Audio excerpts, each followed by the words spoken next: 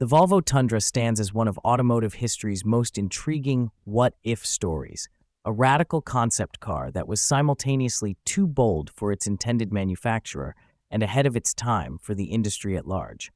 In 1979, Italian design house Bertone unveiled the Tundra at the Geneva Motor Show, built on the foundation of a Volvo 343 platform.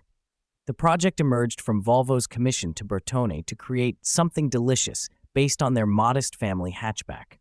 Marcello Gandini, the legendary designer behind the Lamborghini Miura and Countach, took charge of the project, continuing angular design themes he had established with the Lamborghini Silhouette and Reliant FD11.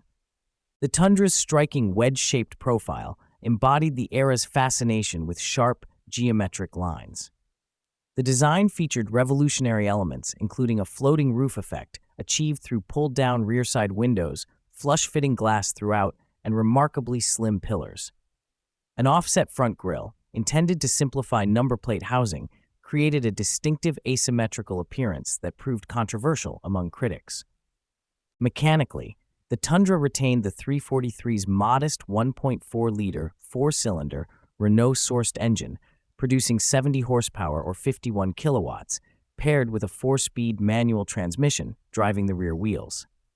The car's suspension carried over the 43's unusual longitudinal torsion bar front setup and Dédian rear configuration with half-elliptic springs. The real innovation lay in the Tundra's futuristic interior. The electronic instrument cluster featured LED displays that changed color based on system status. Green indicated normal operation, while white warned of problems. This digital dashboard concept predated similar systems in production cars by several years. Despite Bertone's hopes for a production contract, Volvo rejected the design, considering it too radical for their conservative customer base. The Swedish manufacturer worried the angular styling would be difficult to market, particularly the controversial roofline that extended down behind the doors. Bertone's investment in the Tundra design wasn't wasted. 2 years later, many styling elements reappeared in the Mazda MX-81 concept. More significantly, the design philosophy influenced Citroën's development of the BX, though contrary to popular belief, the BX wasn't a direct adaptation of the Tundra design.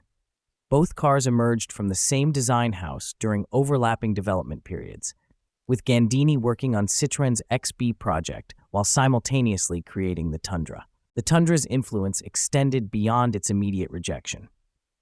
Volvo eventually embraced some of its futuristic elements in later models, particularly the 480 Coupe of 1986, which incorporated digital displays, pop-up headlights, and angular styling reminiscent of Gandini's vision.